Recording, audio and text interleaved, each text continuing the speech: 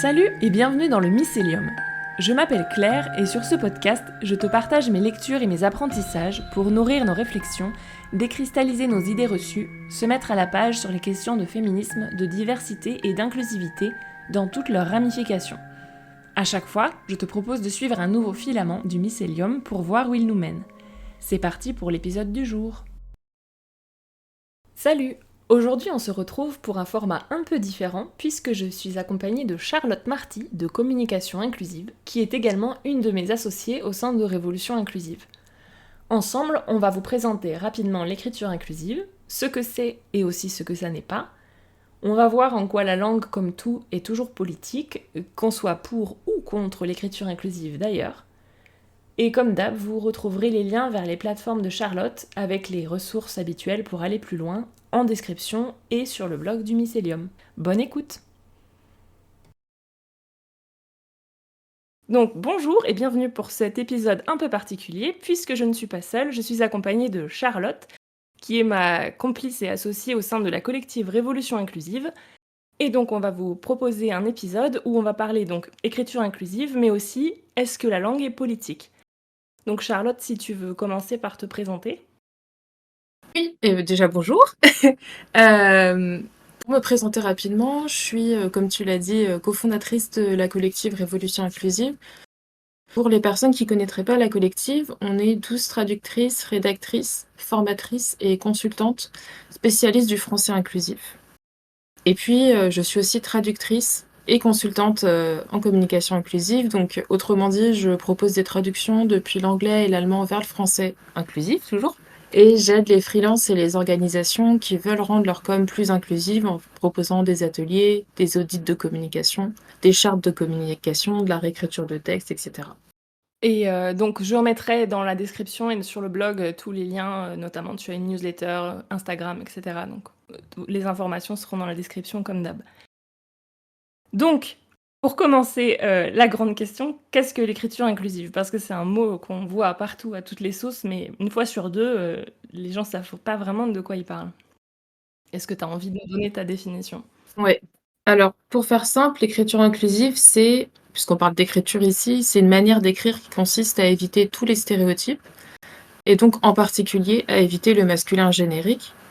Le masculin générique, c'est quand on utilise du masculin pour désigner soit un groupe de personnes mixtes, soit une personne dont on ne connaît pas le genre. Par exemple, quand on dit les directeurs d'entreprise ou les lecteurs ou les clients, etc. Donc l'idée, c'est de lutter contre toutes les discriminations, pas juste le sexisme, et, euh, et aussi les personnes racisées, de remettre en cause aussi l'hétéronormativité, de parler des personnes qui ont un handicap, etc. Donc il y a beaucoup de choses qui se recoupent dans l'écriture inclusive. On entend beaucoup parler d'écriture inclusive dans le cadre du féminisme, mais la définition est quand même bien plus large que ça. L'idée, c'est vraiment d'éviter les stéréotypes dans la langue. Oui. D'ailleurs, il y a plein d'autres noms. On peut aussi parler de, communication égalitaire, non sexiste. On entend aussi épicène. Épicène, c'est un mot du vocabulaire linguistique qui désigne un mot qui se dit pareil au masculin ou au féminin. Par exemple, je sais pas moi, commanditaire, et ouais, je voulais rajouter aussi ce que tu as dit, ce que c'était à juste titre et par exemple, le raccourci qu'on entend, c'est le point médian et le point médian, c'est moche ou je sais pas, ce genre de cliché et effectivement, c'est l'arbre qui cache la forêt parce que ça s'arrête clairement pas à ça et on peut même totalement écrire en inclusif sans Mmh. l'utiliser du tout et l'autre, argument qu'on a beaucoup, c'est, bah, c'est qu'on retrouve souvent, c'est, ils vont donner des exemples avec des objets, genre, une table, c'est féminin et on s'en fout. Oui, effectivement, on s'en fout d'une table, c'est pas le but des objets, Oui. et l'autre, truc que ça n'est pas, le troisième que ça n'est pas, c'est que ça n'est pas, nouveau. C'est le mythe, ça c'est un effet de mode qui est apparu la semaine dernière, Mmh. toujours dans les arguments de gens qui savent pas trop de quoi ils parlent. Alors que dès le, 18e siècle, le 17e siècle, moi et les chiffres, peut-être même bien avant, on a des mouvements, notamment, Christine de Pisan qui même je crois que c'était plutôt vers le 15e siècle, qui était la première autrice française à vivre de sa plume, femme bien sûr, parce que les hommes pouvaient faire ça depuis longtemps et qui, faisait partie de la querelle des femmes, donc qui étaient justement les femmes qui râlaient parce qu'elles se faisaient, appeler au masculin systématiquement. On a aussi madame de Sévigné de mémoire, Donc c'est un la revendication de nommer les femmes au féminin, ça date de plusieurs siècles. Oui, complètement et la lutte contre ça date aussi de plusieurs siècles, avec l'Académie française notamment, Oui, dont on pourra reparler, plus tard, mais oui, on a l'impression effectivement que c'est quelque chose qui date d'il y a une dizaine d'années, mais en fait pas du tout. Ce qui date d'il y a une dizaine d'années, c'est, le point médian et puis les mots, nouveaux forcément, comme autorise, comme Yel, ça effectivement, c'est des nouveautés au regard de l'histoire de la langue. Mais en fait, comme tu le disais tout à l'heure, il y a beaucoup de moyens d'utiliser le français inclusif sans utiliser le point médian. Pour expliquer brièvement, par exemple, au lieu de parler de lecteur, on peut parler de lectorat. Au lieu de parler de directeur, on peut parler de direction. On peut aussi, féminiser les noms de métiers, ça c'est un petit peu la base, je dirais, de l'écriture inclusive, de rendre le féminin aussi, visible et en tout cas de le nommer. Voilà, il y a tout un tas de choses qui peuvent nous permettre d'écrire en inclusif sans mmh, forcément utiliser le point médian, parce qu'on ne le souhaite pas ou parce que, les personnes avec qui on échange, sont pas forcément habituées à cette écriture et qu'on n'a pas aussi envie de se lancer dans des débats, sans fin. C'est une bonne raison aussi. avec des gens qui pensent, que leur avis non informé a la même valeur que toi qui as lu, enfin qui t'es renseigné et cetera, et c'est vrai que c'est toujours compliqué ce genre de débat, et d'ailleurs je pense qu'un jour on fera un épisode sur le débat parce que c'est un peu n'importe quoi. Mmh. L'autre exemple que j'aime bien donner, c'est ma petite marotte, c'est les droits de l'homme. J'avais fait tout un article de blog juste sur les droits de l'homme, à quel point ça pose problème cette expression, parce que ça m'est arrivé, même une fois sur LinkedIn, quelqu'un qui me disait: «Oui, mais par exemple, la déclaration des droits de l'homme et du citoyen, c'est bien au masculin et ça inclut les femmes». Sauf que non, à la Révolution, le Mmh fait des mh. droits de l'homme, c'était fait exprès pour exclure les femmes. Et encore aujourd'hui, ça peut arriver que, le fait qu'un texte soit au masculin puisse être utilisé après coup pour justifier l'exclusion des femmes. Bah non, elles étaient pas nommées dans le texte. Donc c'est pas vrai que homme désigne forcément, tout le monde, et surtout que souvent les droits des hommes vont être utilisés, au détriment des droits des femmes et des enfants notamment, pour schématiser un peu. Mmh. Ouais, c'est exactement ça et d'ailleurs, on est une des rares langues en français à parler de droits de l'homme Mmh. et pas de droits humains. En anglais, par exemple, c'est human rights et ça viendrait à l'idée de personne de dire men's rights. Mais Donc c'est vraiment, une spécificité aussi du français, avec ou sans majuscule, je pense qu'on peut le rappeler. Avec ou sans majuscule, les droits de l'homme, ça reste du masculin, notamment à l'oral. Là, vous voyez pas si je mets la majuscule ou pas. Donc voilà, droit humain, typiquement, c'est un exemple de français inclusif, oui. qui est très simple et qui nécessite rien de nouveau. Et le nombre de fois où la majuscule saute, et il y a pas besoin d'aller plus loin que le site élysée.fr par exemple pour trouver des exemples où droit de l'homme, le ma la majuscule a sauté et c'est un droit de l'homme sans majuscule. Il y a pas besoin d'aller dans les tréfonds d'internet pour trouver des exemples. En train de dire que le site de l'Élysée est complètement au masculin. Je suis très étonnée. Beh, oui, c'est soi-disant la règle, et on peut peut-être, en parler de ça, de la fameuse règle, et comme, c'est l'Académie française qui décide, et ça, c'est encore tout un autre sujet. Je sais pas si tu as envie de nous parler de l'Académie? Alors, vaste sujet, l'Académie française, on la voit souvent comme une référence en matière de langue, enfin de langue française en l'occurrence et notamment il y a sur son site, une rubrique, très drôle qui s'appelle, «Dire, ne pas dire», qui répertorie tout un tas de choses qu'on n'a pas le droit de dire. Voilà, parce qu'apparemment, la langue ne nous appartient pas, elle appartient à l'Académie française qui édicte ces règles. Je pense que c'est important de rappeler que l'Académie française, en fait, elle a pas de compétences, de rôle d'expertise ou quoi, de rôle de conseil. C'est vraiment juste un groupe de privilégiés qui se réunissent pour discuter de la langue française et de, pourquoi, elle évolue pas dans le bon sens et pourquoi on aimerait qu'elle reste comme elle est. Pour schématiser et bien sûr de manière tout à fait, neutre, sans aucune Rationnel aussi, voilà, exactement. parce que les justifications de dire, ne pas dire, des fois, elles sortent un petit peu de, on va pas dire où. Elles sont pas toujours très rationnelles, et c'est aussi c'est très Oui, misogyne parce que Les premières femmes et les premières personnes non blanches, c'est quoi? Mmh. C'est des années 80 1980 qui avant, il y avait que des hommes blancs et comme tu dis, privilégiés parce que, ça coûte cher d'être un académicien. Là, pour le coup, on utilise volontairement le masculin Oui, et c'est pas des linguistes du tout. Il y a pas de compétences particulières, nécessaires, c'est pas sur ça qu'ils sont choisis, en fait. non et puis c'est un groupe qui est très, très Mmh élitiste. mh. Voilà, ça va être, des gens, du monde politique, du monde culturel au sens large. Voilà, c'est des personnes qui sont quand même assez éloignées de la réalité de la langue telle qu'elle est parlée, notamment et telle qu'elle est parlée au quotidien, en fait. Donc voilà, c'est plus, dans ce sens-là que pour nous C'est ça. l'Académie française, enfin je me permets de parler en ton nom aussi. Pour nous l'Académie française, c'est pas vraiment une référence, loin de là et que, bah, l'avis de l'Académie française sur l'écriture inclusive est évidemment pas, favorable. Un péril mortel. Oui, oui, elle a appelé, l'écriture inclusive un péril mortel. Bon, Mmh mh. voilà, sans être, drama queen bien évidemment, hein, mais, toujours tout en nuances. Tout en nuances. Je m'étais même amusée à faire une missive inclusive, ma newsletter sur: «Oui, en fait, ils ont raison, l'écriture est un péril mortel, mais c'est une bonne chose». Je m'étais amusée parce que j'aime beaucoup prendre le contre-pied.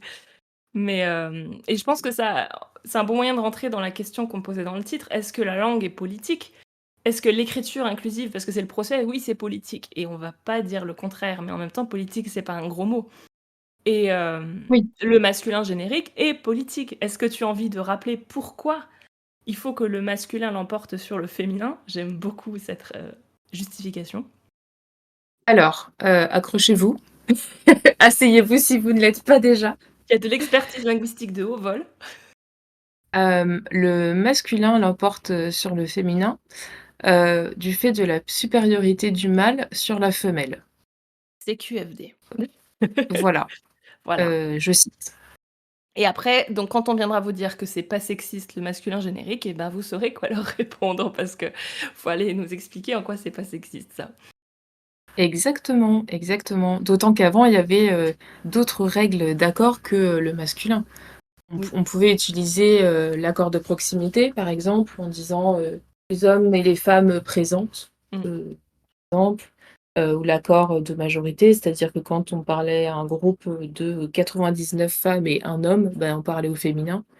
Mmh. Voilà. Ça, c'est des règles qui existaient avant la règle du masculin générique, donc qu'on peut aussi, se réapproprier et qui peuvent être très bien acceptées. Je pense notamment à l'oral où on dit très facilement toutes celles et ceux, Oui. sans aucun souci. Donc c'est des règles qui ont encore une certaine, logique et on a gardé cette logique, en fait et on peut tout à fait la remettre au goût du jour et s'affranchir de cette règle du masculin qui l'emporte. Et Oui. d'ailleurs, qui surprend d'ailleurs, généralement, les élèves à l'école primaire, quand elles entendent cette règle, Oui. pour la On s'en première fois. souvient, hein. Ça marque, ça marque. Complètement. Et ça rejoint l'idée que, justement, c'est la politique dans la langue, c'est à qui la langue appartient. Et il faut rappeler que la langue, elle est pas apparue parce qu'il y a un grand savant, supérieur à tout le monde qui un jour a Mmh écrit mh. des règles super intelligentes et que vous, vous êtes trop bêtes, donc faites comme on vous a dit. La langue, elle est créée par ce qu'on appelle l'usage.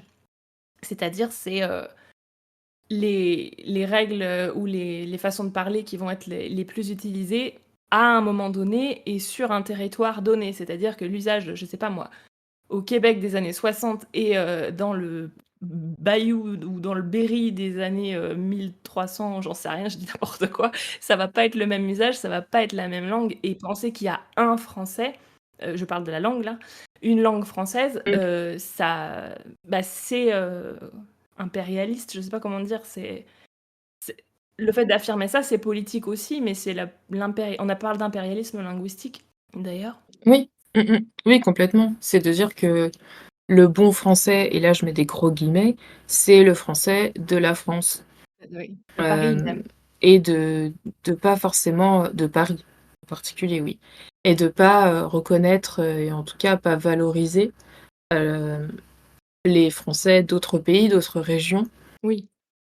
et c'est très intéressant aussi de s'intéresser quand on de creuser cette question aussi. Là, on n'aura pas forcément le temps de le faire, mais en tout cas de de s'intéresser à qu'est-ce qui est considéré comme du bon français Mmh.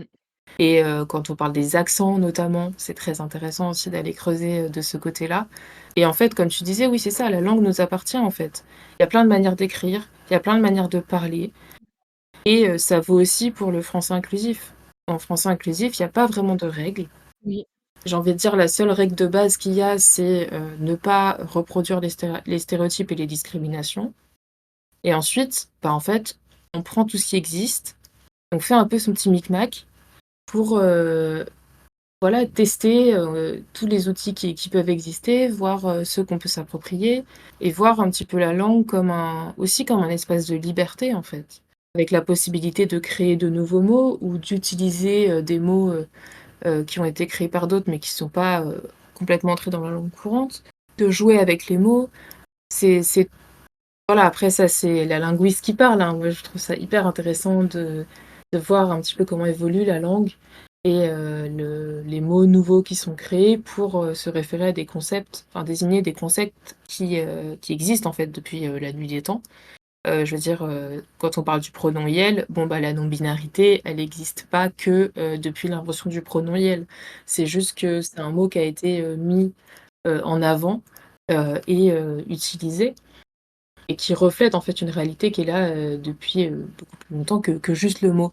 Donc Oui, clairement. c'est en ça aussi que c'est hyper intéressant la langue de manière générale et l'écriture inclusive en particulier, par le fait de créer des mots, qui n'existaient pas pour des concepts qui existent déjà et qui ne sont pas reconnus par, j'ai envie de dire par le grand public, mais voilà, je trouve Oui, ça par intéressant la aussi voilà majorité. exactement, de parler, par exemple, de personnes racisées.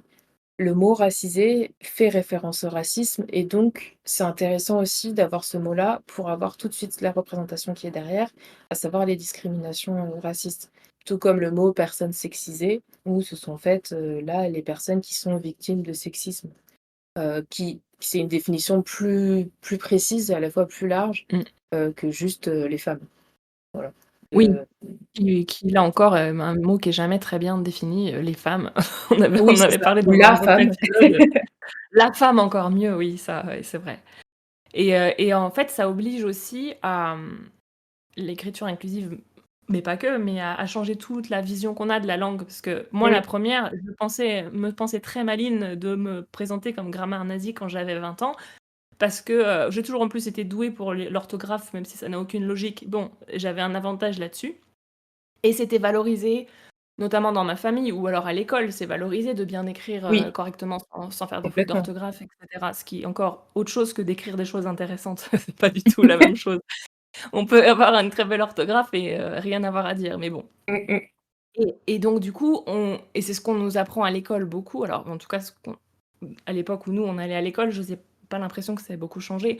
Mais la langue, c'est cette espèce de truc sacralisé, un peu fragile. J'ai l'image de, je sais pas, des statues dans le musée du Louvre que si tu les déplaces, il faut mettre du papier Mmh. bulle, les mettre dans des caisses parce que sinon on va les abîmer. J'ai un peu cette image-là et c'est complètement faux. On peut pas abîmer une langue en la parlant et c'est pas vous avez pas ce pouvoir-là, vous inquiétez pas, vous allez pas casser le français en utilisant une règle qui n'est pas validée par un académicien. Parce que, la langue, le meilleur moyen de la casser, de la faire mourir, c'est de justement ne jamais innover et ne pas l'utiliser. Oui, exactement et créer des mots nouveaux, utiliser la langue différemment, c'est une manière de l'enrichir aussi, au contraire, Oui plutôt que de l'appauvrir. et de la Comme tu dis, appauvrir la langue, c'est arrêter d'utiliser plein de mots et il faut que la langue reflète aussi la société. On peut pas parler, d'enjeux, sociétaux, ou même sans parler d'enjeux sociétaux, d'évolution technologique, par exemple. Si on n'a pas les mots pour le dire, on peut pas en parler. oui, Hem, voilà, c'est vrai que les néologismes, ça interpelle quand il s'agit d'écriture inclusive, ça interpelle beaucoup moins quand il s'agit d'informatique, par exemple. oui, bon, Hem, ordinateur ou ou voilà, pendant, la pandémie, du oui, covid, heu, tout le monde a très facilement adopté le terme, confiné, déconfiné en Distanciation quelques social, semaines. ce genre de oui, c'est ça. Même Covid, c'était un enfin, en tout cas pour le Oui, grand public, complètement. c'était je sais pas si c'était un néologisme, mais l'apparition du mot dans le grand public, elle est apparue d'un Mmh coup. mh. Elle existait certainement dans le domaine médical et c'est ça aussi quand, Yel a apparu de façon fracassante dans le langage public, mais c'était un mot qui existait déjà dans le langage, militant, on va dire ça comme ça. Oui. Finalement, dans tous les domaines, on va avoir un jargon. Si on se met là, on fait attention à ce qu'on dit, mais si on se met à parler entre nous, on va utiliser des mots beaucoup plus, de linguistique, beaucoup plus, pointus, qui sont pas compris du grand public parce que nous 2 on comprend et si tu regardes, je fais de la traduction juridique, tu as plein de termes juridiques que le grand public comprend pas Mmh. et tu apprends, à l'usage, enfin à force de les utiliser et il y a Oui. pour le coup, il y a pas de vraie différence, en tout cas linguistique, entre l'écriture inclusive et je sais pas moi, le langage juridique ou médical ou n'importe quel, jargon que vous pouvez penser.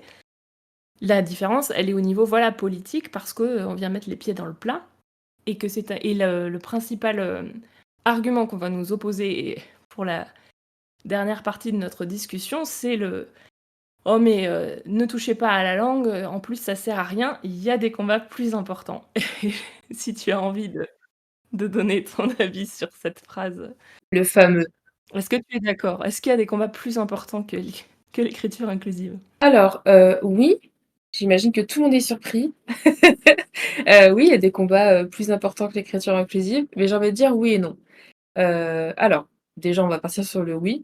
Oui, effectivement, c'est pas un point médian qui va changer le monde et mettre fin à toutes les violences, sexistes et sexuelles.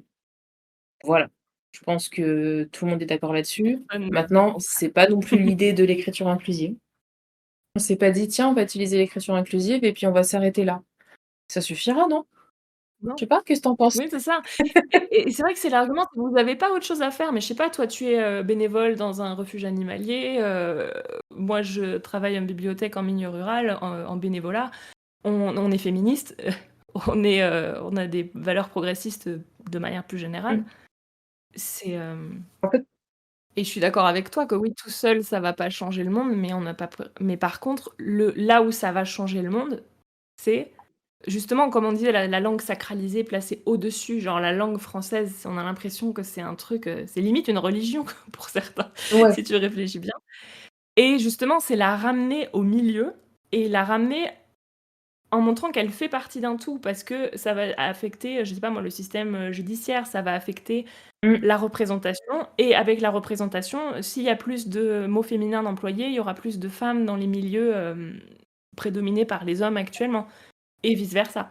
Oui. Ça va aller toucher le recrutement, ça va aller toucher les études, ça va aller toucher Mmh. les même l'histoire, en fait. Parce que la façon dont tu vas raconter l'histoire, si tu l'utilises au masculin ou si tu utilises pas le masculin générique, tu vas pas raconter la même histoire, de France, je parle, enfin, histoire, Ouais.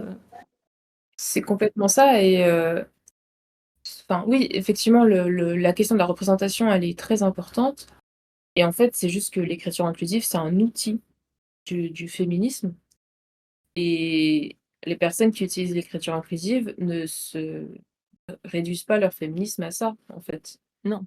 C'est l'un n'empêche pas l'autre. On peut très bien, comme tu disais tout à l'heure, être féministe et lutter pour la protection animale. Bon, beh, voilà, donc on peut très bien aussi, être, bénévole dans une asso, de lutte contre les violences et utiliser l'écriture inclusive. En fait, c'est 2 choses, qui peuvent être complémentaires et enfin, qui sont complémentaires et en fait, il y a pas à hiérarchiser, en fait, ces luttes et ces combats et ces différentes, enfin, les formes de militantisme, en fait. C'est ça. Mmh. Et même hiérarchiser, là, tu parles de ça, c'est même Oui. là qu'est le problème. Qui va décider quel est le Mmh mh. combat le plus important? Et si tu veux faire une hiérarchie, c'est aussi de manière générale, bon, moi je vois le féminisme comme aussi une lutte contre les hiérarchies de manière générale. Mais ça, c'est peut-être pas toutes les personnes féministes pensent pas ça, mais bon. Et justement, alors, OK, donc tu vas décider, il va y avoir des combats plus importants, mais est-ce que je sais pas, la lutte contre, est-ce que la lutte contre l'excision est plus importante que la lutte pour l'avortement? Est-ce que enfin, on va pas commencer à faire des hiérarchies et des classements Mmh. parce que c'est là que parce que tout est lié justement et enfin, au contraire, on doit lutter pour tout en même temps parce que sinon, ça nous divise, ça nous épuise et on change rien Oui, et on crée des tensions. c'est ça, exactement. Et pour terminer peut-être sur, cet argument de: «Il y a des combats plus importants», moi j'aimerais dire 2 choses. Déjà, si c'est futile, si c'est pas important, pourquoi on nous casse la tête? Si ça intéresse personne, bah, en fait, il devrait pas y avoir le Sénat qui s'en empare pour faire une proposition de loi C'est contre, vrai. si c'était pas si important que ça. Non, tu as raison. Hem, c'est toujours quelque chose qui me fait assez rire et en plus, il y a des combats plus importants, OK, ben, comme tu disais, dis-moi lesquels? Est-ce que tu t'engages dans ces combats-là? Est-ce que tu fais quelque chose d'autre? Et c'est ça, qu'est-ce que toi C'est tu c'est fais? C'est souvent ça. un peu ce que j'ai envie de dire, quoi. Et surtout que moi j'ai remarqué parce que c'est toujours les mêmes arguments qui reviennent et souvent ça va être les combats plus importants pour ces gens-là, ça va être soit il y a une dimension raciste dans le genre, c'est déplacé loin, ça va être, je sais pas moi, l'excision en Éthiopie, le voile en Iran, c'est des exemples qu'on m'a vraiment donnés et je dis pas qu'on ne doit pas lutter contre ça, mais c'est toujours aller voir les problèmes d'autres femmes dans d'autres pays Mmh, et surtout pas les problèmes que vont rencontrer les femmes, autour de soi. Ou alors ça va être des combats comme, je sais pas, l'écologie qui là concernent tout le monde et ont un intérêt pour les hommes, parce que c'est quand même souvent des hommes qui vont donner ces arguments oui, et je dis pas qu'on doit pas lutter contre l'écologie non plus, mais il y a quand même ce côté, lutte plutôt pour quelque chose qui va me servir à moi aussi, alors que là ton féminisme me sert pas à moi en tant qu'homme. Enfin, ça encore on pourrait en débattre, mais oui, et c'est pas anodin non plus. oui, complètement, C'est complètement et dans cette idée que, c'est pas très important, tu as pas d'autres choses sur lesquelles te concentrer, est-ce qu'il y a pas, d'autres priorités? Ben, ouais, oui et non, en fait. Oui et non. Oui, il et c'est y ça, a des choses plus importantes, on va dire, qui sauvent plus des vies que l'écriture inclusive et d'un autre côté, ben, en fait, tout est lié. Donc une fois qu'on a compris ça, en fait, je pense que moi, je mets moins d'énergie à utiliser l'écriture inclusive que les personnes qui sont contre et qui mettent toute leur énergie, encore une fois au Sénat, à créer, une proposition de loi, pour lutter pour interdire l'écriture inclusive. C'est beaucoup d'énergie qui est gaspillée pour quelque chose qui est pas si important finalement, quand on va dans ce sens-là. Donc ouais. toi et moi, on en parle beaucoup à titre professionnel, mais parce qu'on est professionnel de la langue et c'est logique et je veux penser, par exemple, Violaine de Philippis qui est, avocate et qui donc du coup va parler beaucoup de qu'est-ce qu'elle peut faire elle à son niveau en tant qu'avocate. Mmh, Est-ce qu'il y a des combats plus importants que lutter contre, les violences domestiques? Peut-être qu'on pourrait trouver des combats plus importants que lutter on peut toujours trouver des combats plus importants que d'autres et c'est ça le problème de la hiérarchie. Elle est avocate, elle va lutter au niveau, judiciaire. Nous, on est linguistes, on va intervenir au niveau linguiste à titre professionnel et mmh, après, à titre de personne, on ne s'arrête pas à notre profession et il y a beaucoup de gens qui ont du mal à comprendre ça. oui, Que tu t'arrêtes pas à ce qui est visible sur les réseaux parce que tu es pro. C'est aussi pour ça que j'ai eu envie de faire le Mycélium parce que dans mon côté pro, bah, je mets l'accent sur l'écriture inclusive, mais moi non plus, je pense pas que ce soit le seul combat qu'il faille mener et c'est pour ça que j'avais envie de faire un truc qui mélange un peu tout. mmh. Ouais, c'est important de dire ça aussi, c'est vrai qu'il y a cet aspect-là aussi. Bah, nous, la langue, c'est notre métier, donc forcément, on en parle Oui, beaucoup et forcément, on s'intéresse au sujet et on lit des articles et on écoute des podcasts et on parle dans des c'est ça podcasts d'écriture et inclusive. on se forme. Mais voilà, exactement. Je suis arrivée à l'écriture inclusive dans le cadre de ma formation continue parce que c'est la langue évolue dans ce sens-là et que tu dois te former, enfin, ça c'est normal de continuer à se former, en fait, c'est Mmh, dans n'importe quel boulot et oui, on serait ingénieur ou médecin, on interviendrait probablement dans des domaines différents, pas l'écriture inclusive, mais qui serait bien aussi. oui, oui, oui, oui, complètement. Et le dernier argument que moi j'aurais pour est-ce qu'il y a des combats plus importants? Non, du coup, faut reprendre le contre-pied toujours. J'aime bien toujours prendre le contre-pied. C'est que, j'ai déjà pu le dire ici à plusieurs reprises, la langue qu'on parle, la langue qui domine, c'est la langue des dominants. C'est comme l'histoire est écrite par les Mmh, vainqueurs, beh, elle est écrite avec la langue des vainqueurs, en gros. On s'arrête souvent au début, la phrase «L'histoire est écrite par les vainqueurs», c'est vrai, hein, mais il y a aussi, voilà, la langue, et là, la langue qu'on parle, en tout cas qu'on apprend à l'école, la langue, de l'Académie française, tout ça, c'est la langue du patriarcat et de l'élitisme bourgeois, Mmh mh. blanc, tout ce que vous voulez. Et je pense pas qu'on puisse, créer un monde, on va dire, égalitaire, progressiste, écolo, féministe, appelez ça comme vous voulez, en gardant la vieille langue du patriarcat avec les mots qui existent, qui sont ceux du patriarcat. Quand on voit par exemple, avant les années 80, il y avait pas le mot sexisme, par exemple. Ah oui. Ou c'était peut-être les années 70, mais bon. Il y avait pas le mot sexiste ou genre le mot Mmh. féminicide qui est arrivé il y a pas très longtemps non plus dans notre langue. Et ben, avant, ces mots-là existaient pas parce que les hommes n'en ont pas besoin et c'était eux qui avaient décidé la langue. Donc si on veut que la société évolue, il faut que la langue suive, sinon, bah, comme tu disais, on va manquer de concepts et à l'inverse, on aura des concepts comme, crime passionnel, ou ce genre de mots un peu qui glamourisent les violences. J'ai plus trop d'exemples en tête, mais ça, ces mots-là, on se les traîne alors que ça décrit pas, notre réalité. Ouais, exactement. En fait, la langue et la société, elles évoluent ensemble et Mmh. on peut pas avoir une société qui évolue sans avoir, la langue qui évolue avec. En fait, c'est tout l'enjeu de la langue, C'est ça. hem et en particulier du langage inclusif. Et je pense qu'on a fait le tour de ce qu'on voulait dire aujourd'hui, à moins que tu aies quelque chose à rajouter, un mot de la fin? Hem, je dirais peut-être aussi, parce que là, on a beaucoup, parlé, de langue et notamment du fait que ce soit notre métier, juste préciser que, enfin, comme on l'a dit peut-être un petit peu au début, mais que la langue inclusive, c'est accessible à tout le monde et qu'on peut tout à fait, sans être linguiste, Oui, utiliser le français inclusif, qu'il y a beaucoup d'exemples, hem, enfin, sur les réseaux sociaux, sur ton blog, sur le mien notamment, où on montre ça en fait et montrer que le langage inclusif, ça peut être aussi simple que, dire droit humain plutôt que droit c'est de ça. l'homme.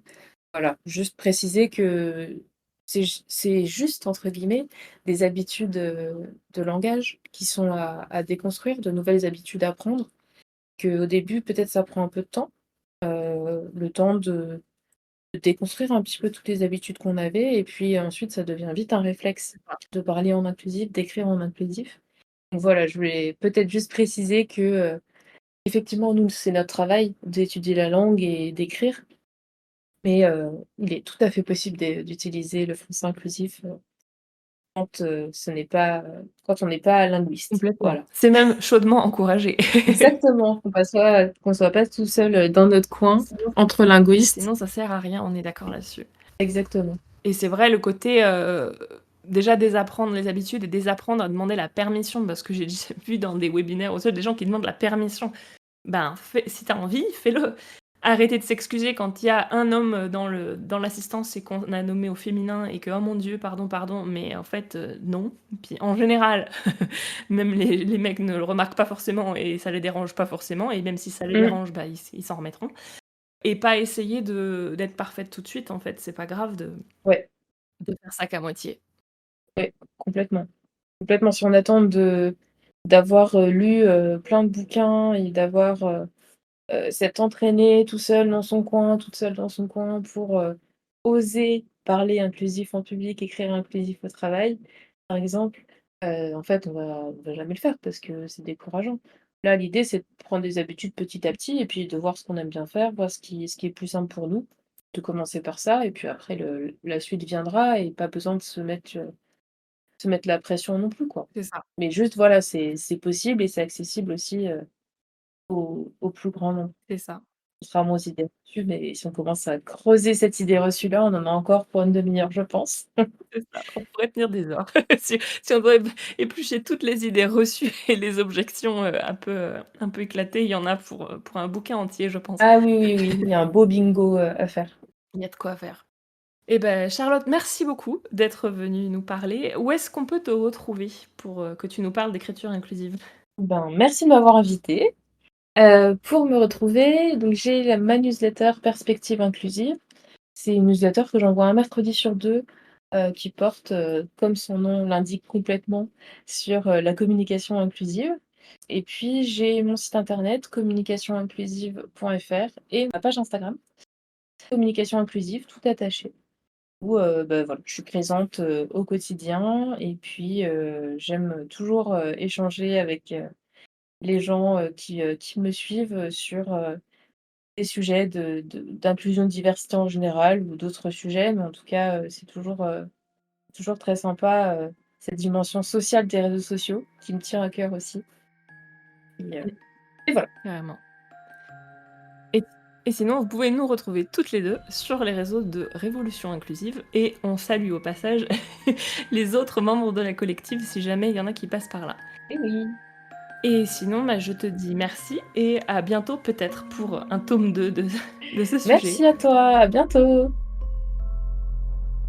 Nous ont inspirés pour cet épisode. Le français est à nous, petit manuel d'émancipation linguistique de Maria Candea et Laëlia Véron. Le tract des linguistes atterrés. Non, le masculin ne l'emporte pas sur le féminin d'Eliane Viennot. L'écriture inclusive et si on s'y mettait, ouvrage collectif sous la direction de Raphaël Haddad. Le cerveau pense-t-il au masculin de Pascal Guigax, Ute Gabriel et Sandrine Zufferet. L'article Tout comprendre à l'écriture inclusive qui centralise tous mes articles sur le sujet sur mon blog pro Le Charme des Millefeuilles. La vidéo La vérité sur l'Académie française de Linguisticae sur YouTube. Et enfin, le site de la collective Révolution Inclusive, révolution-inclusive.com. Voilà pour l'épisode du jour. Si tu as des questions, des suggestions ou envie de papoter, on peut discuter sur Instagram ou par email. Ce podcast est réalisé bénévolement, donc tu peux le soutenir en faisant un don sur Tipeee si tu peux te le permettre. Ça m'aidera à couvrir mes coûts, oui, acheter des livres et des croquettes pour mes 5 chats. Et sinon, si ce podcast te plaît, tu peux le soutenir en l'envoyant dans les étoiles, 5 de préférence, et en le faisant voyager autour de toi. Merci beaucoup.